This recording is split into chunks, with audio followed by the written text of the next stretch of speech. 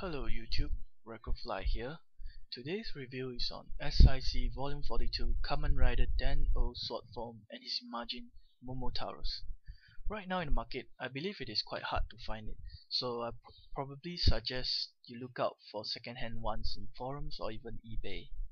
The price range for this volume right now is quite expensive, so unless you're looking to complete the Den-O series or to complete the 10 Heisei Riders, I would advise that you put this purchase as your least priority. Okay, so what you see here is 3/4 of the SIC Den-O series. These are the main ones that appeared in the TV series of Den-O, except for Gao, which appeared in the Den-O movie trilogy. There are some others like the Hero Saga Den-O Wing Form and also the Strike Form. So let's move on to the box itself. This volume is a 2-figure set. SIC has released quite an amount of 2-figure sets in the past. The latest 2-figure set was, I believe, Volume 63 Kamen Rider Gills and Nada Akito. So let's take a look at the tray itself. The accessories actually includes an alternative chest piece and also the back piece and the alternate face. This is actually for collectors to switch the sword form to its platform. So let's take a closer look at what is here. This is the back piece and this is the front piece and also the alternate face. So you can actually use these parts to change Den-O sword form to a platform, which was used by Momotaros when he first henshin into Kamen Rider Den-O. Moving on to the bottom over here, you can see that this is the sword that Den-O uses when he's in sword form and Momotaros' sword. And at the top over here, you can see that actually this is the two different facial expressions that Momotaros has, that you can use it to pose.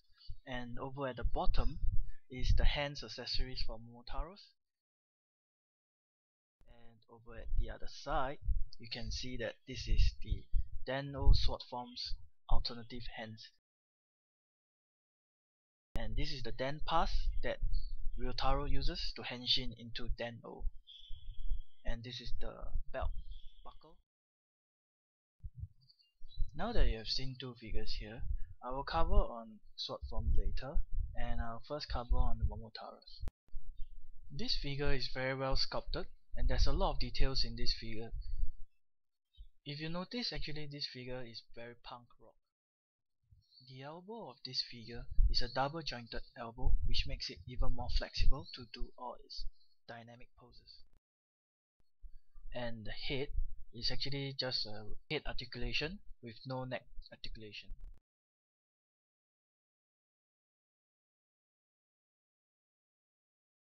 And the mouth here can open and close. And let's move on to the legs itself. There's a lot of details with the legs. So now let's move on to the Kamen Rider Den-O figure itself. One thing I want to highlight is that you have to be extra careful when handling the headpiece, because 1. It is pretty sharp at the tip over here, and 2. It is quite fragile as you might break the top translucent piece. The shoulder joint is very flexible. This allows collectors to pose it in its signature pose and many other dynamic poses. You can actually lift the whole arm all the way up to a 90-degree angle to do a lot of dynamic poses and also be able to hold the sword and other accessories. Let's now take a look at the belt itself. This is the Kamen Rider Den-O's belt, and also you can see in a clearer view. At the side over here, you can actually see that there's 4 different color buttons: the sword form, the rod form, X form, and gun form buttons. To henshin, Momotaros has to first press the button over here and scans the Den pass. So at the side over here, these are the holder for the Den gasher. There is actually 2 packs over here at this side and also at the other side. This is because Den gasher actually has 4 parts of it, so you can actually attach 2 at each side. Let's move on to the tie area. The tie area is standard among all Den-O series. You can actually open up this piece and change the color to other alternatives that is provided, which in this case for this volume is the platform piece, which is black in color and is provided in the accessories. Let's close the cover and take a look from the outside. The translucent plastic actually makes the figure looks a lot more detailed. Next, let's move on to the shin area. The shin area is actually made out of die-cast metal. This actually gives a very realistic feel to the figure itself. Moving on to the knee joint, it's actually a double jointed knee and it can bend all the way up. This shows the flexibility of the figure. Moving on to the back of this figure, you can see that the sculptors even took the effort to include details at the back of the figure. All in all, this is a very nice volume to collect. Reason being that the figures have very good joints, and you can be assured that these figures do not have the joint problems that you encounter in Blade or 5 series, or the recent O's Tatoba combo.